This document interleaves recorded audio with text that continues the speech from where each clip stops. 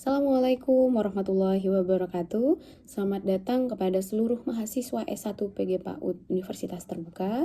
Salam kenal, saya Fitri Husaibatul Khairat Hasibuan MPD. Saya merupakan tuton pada mata kuliah pemantapan kemampuan belajar, tepatnya pada kode mata kuliah PAUD 4304. Oke rekan-rekan, salam perkenalkan. Saya merupakan dosen pada Prodi Bimbingan dan Konseling di Institut Darul Quran Jakarta.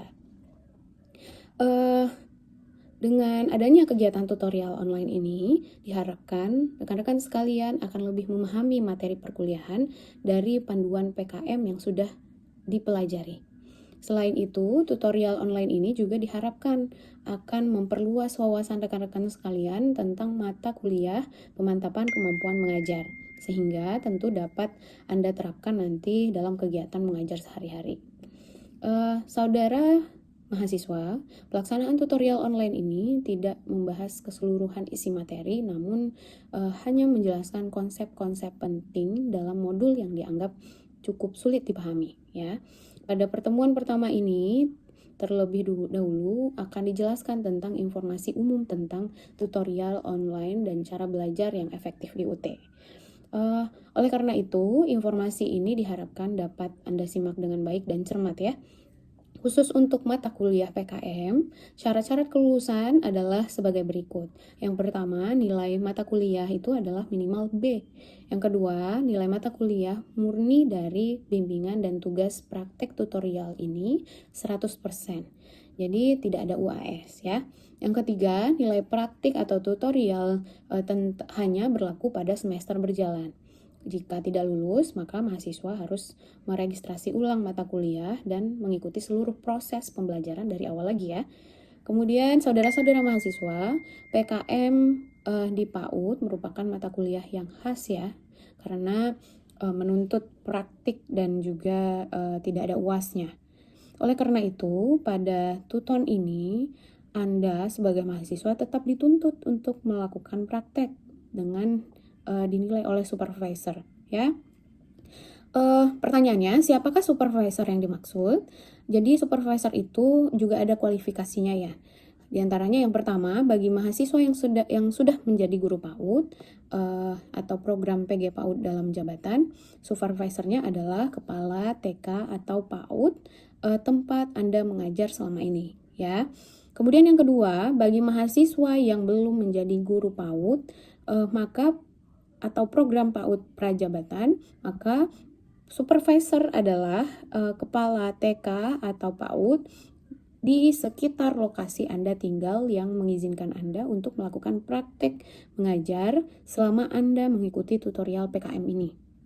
Ya, maka bagi mahasiswa PAUD prajabatan, hal pertama yang harus Anda lakukan adalah mencari lembaga TK atau PAUD di sekitar lokasi Anda maksud saya ya, yang memberikan izin pada Anda untuk melakukan tugas-tugas praktek.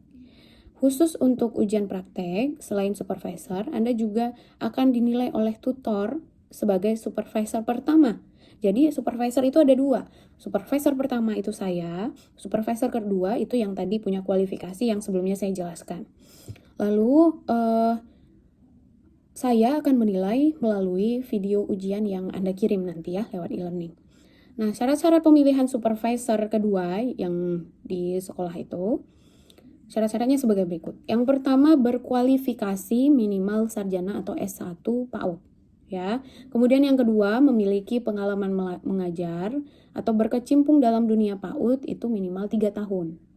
Kemudian memiliki kemampuan untuk membimbing, bersedia menjadi supervisor. Jadi jangan lupa ditanya dulu apakah bersedia menjadi supervisor atau tidak.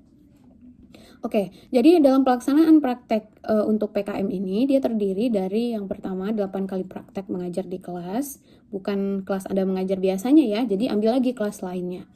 Itu dinilai oleh supervisor, terdapat surat kesediaan di sesi ini nanti bisa di-download yang harus Anda unduh, lalu minta tanda tangan ke supervisor dan Anda upload di laman e-learning tugas sesi 1.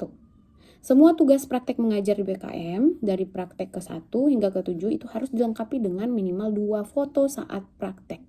ya, kecuali untuk praktek ke-8 karena harus dibuktikan dengan video kalau yang ke-8.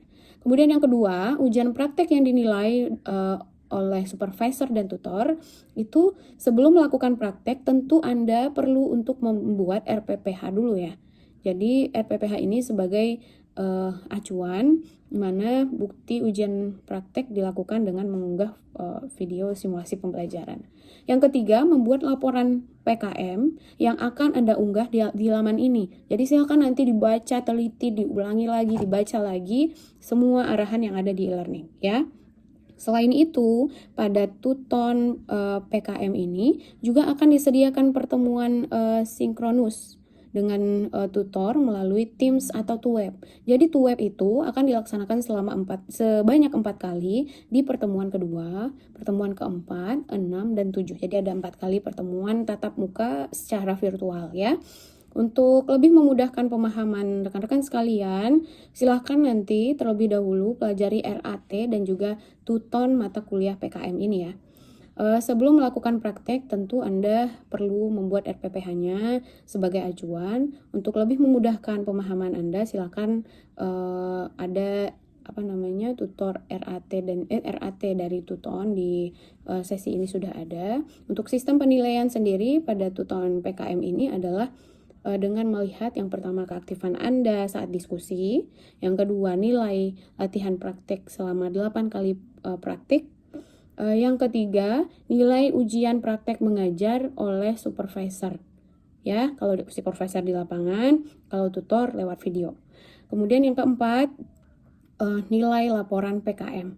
Ya, perlu saya tegaskan bahwa pada mata kuliah PKM ini tiap pekan ada tugas ya harus dikerjakan. Jangan sampai terlambat untuk menyerahkan tugasnya karena salah satu tugas yang harus Anda unggah adalah berkas untuk ujian praktik mengajar dan juga laporan PKM. Maka dari itu ikuti semua aturan yang ada di e-learning dan dipelajari berkali-kali ya. Terima kasih teman-teman. Mudah-mudahan teman-teman tetap selalu semangat, sukses selalu. Wabillahi taufiq wal hidayah. Assalamualaikum warahmatullahi wabarakatuh.